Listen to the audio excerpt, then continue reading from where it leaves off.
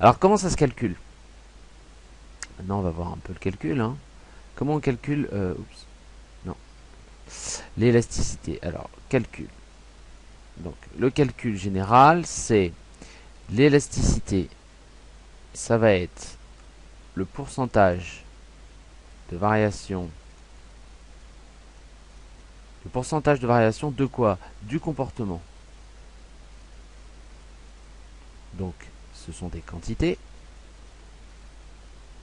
divisé par le pourcentage de variation du déterminant. D'accord? Donc on a toujours une relation, c'est ce qu'on a fait au tout début de la vidéo, hein, relation entre un comportement en quantité, c'est-à-dire un choix, et un déterminant.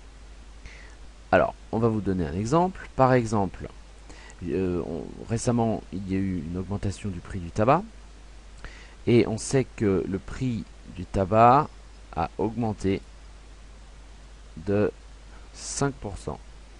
Quand le prix des cigarettes a augmenté de 5%, les quantités demandées ont diminué de 3,5% durant les 6 mois qui ont suivi cette hausse. Donc là, on peut calculer une élasticité. On a un comportement, la demande, on a un déterminant, le comportement, c'est le prix, et on peut calculer donc l'élasticité prix. Ah, j'y arriverai jamais. L'élasticité de la demande au prix, et c'est égal à, eh bien c'est égal au pourcentage de variation du comportement.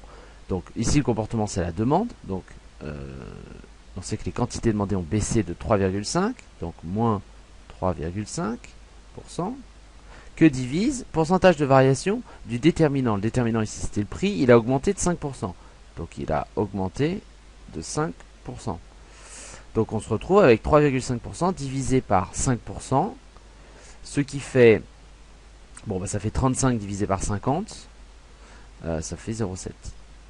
Donc là, c'est une élasticité, donc il n'y a pas d'unité. Ce ne sont pas des pourcentages, ce ne sont pas des mètres, ce ne sont pas des kilomètres, ce ne sont pas des euros, c'est rien du tout. C'est une élasticité, c'est un chiffre, c'est un nombre brut.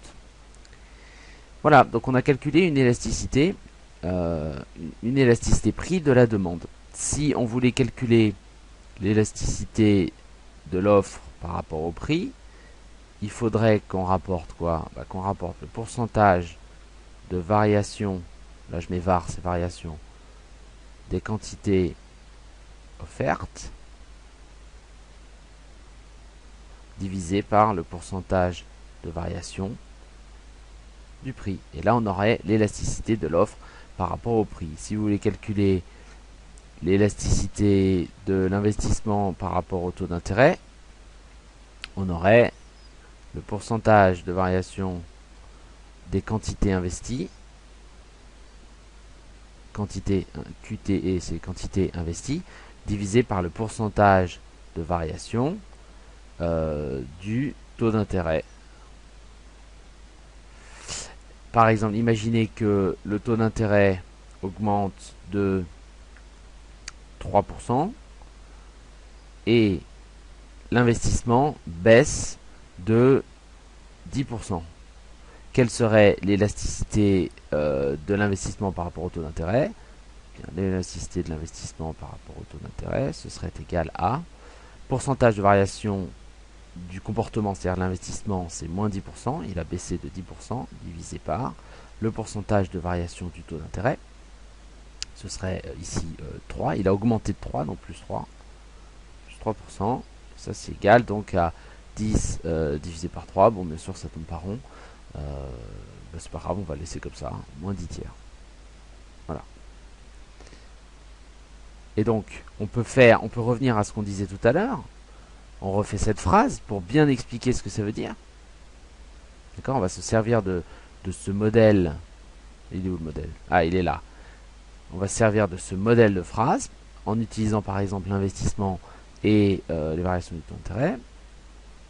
Donc pour bien comprendre ce que ça veut dire, on va se faire une phrase. Quand,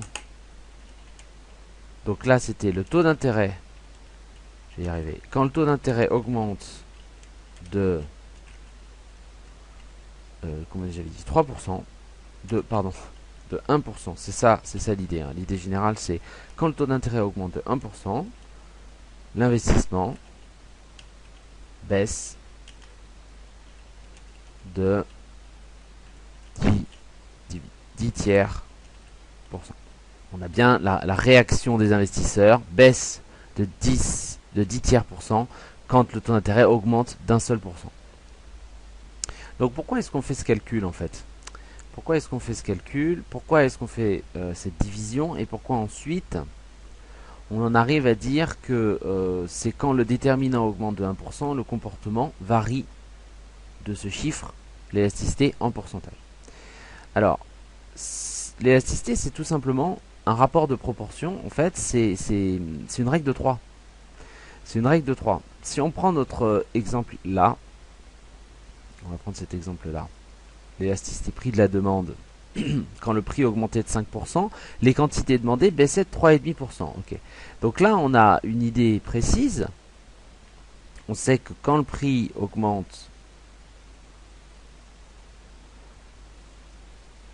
de 5%, on avait une baisse de moins 3,5%. Donc là, on a une relation entre les deux. Et la question qu'on a envie de se poser, c'est d'accord, mais ça c'est un cas particulier. C'est si le prix augmente de 5%. Mais si le prix, et l'élasticité, on se pose cette question, et si le prix augmentait de 1%, quelle serait la baisse ici? Quelle serait la baisse ici des quantités demandées? Vous voyez, si j'ai ce rapport de proportion là, si à ça, j'associe ça, eh bien si celui-ci là, si le premier est plus petit à l'origine, s'il est simplement petit comme ça, si c'est juste une petite augmentation du prix, quelle va être ici l'importance, la sensibilité, donc l'importance de la baisse des quantités demandées. Alors, jusqu'ici, on est parti du principe qu'on avait ces chiffres. On avait la variation d'investissement, on avait la variation du revenu.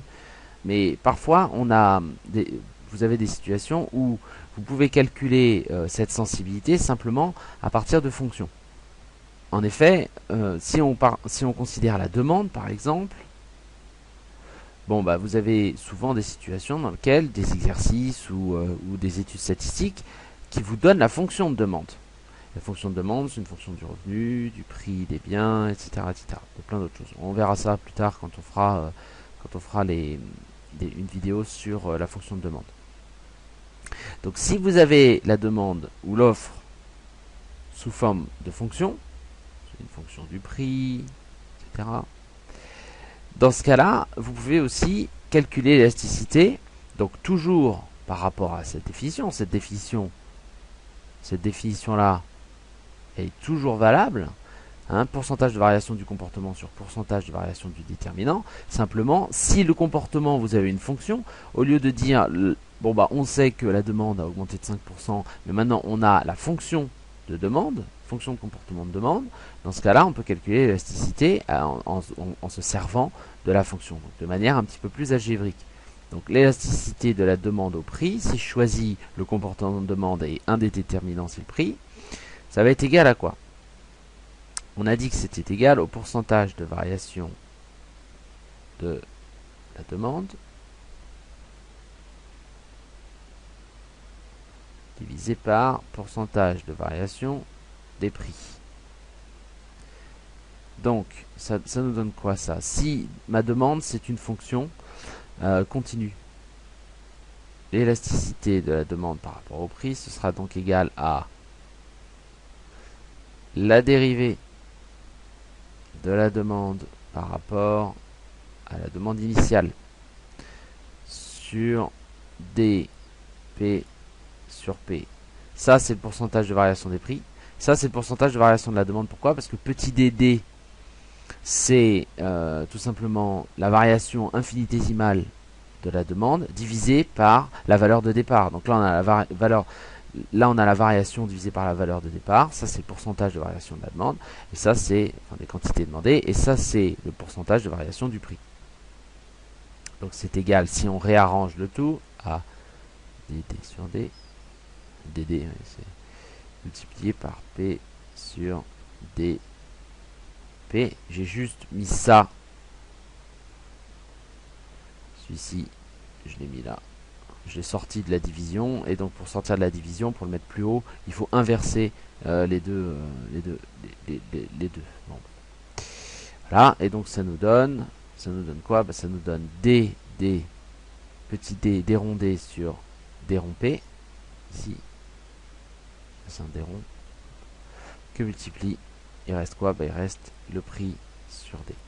Donc, et ça, qu'est-ce que c'est? C'est f'. Si la demande, c'est une fonction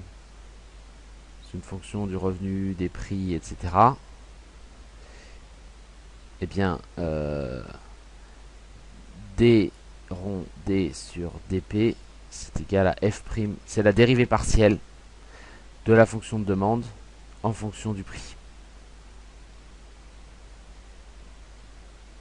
Donc ça, c'est la dérivée multipliée par P sur D, c'est-à-dire le prix initial sur les quantités demandées initiales. Donc de la même manière, on peut calculer l'élasticité prix de l'offre. Si l'offre,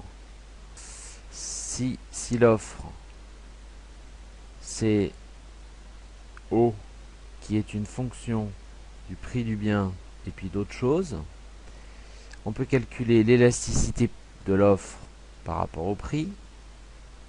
L'élasticité de l'offre par rapport au prix, ça va être égal à quoi? Selon la même formule qu'on a utilisée tout à l'heure, c'est égal à DO sur O que divise D rond P sur P. Et c'est égal donc, si on réarrange le tout, D rond O sur O multiplié par P divisé par D rond P. Et c'est égal donc à D rond O sur D rond P multiplié par P sur O. Donc le prix divisé par les quantités offertes de départ. Et puis la dérivée ici, ça c'est f'. F' de P. C'est un F. Voilà, c'est la dérivée de cette fonction-là par rapport à P. Dérivée partielle.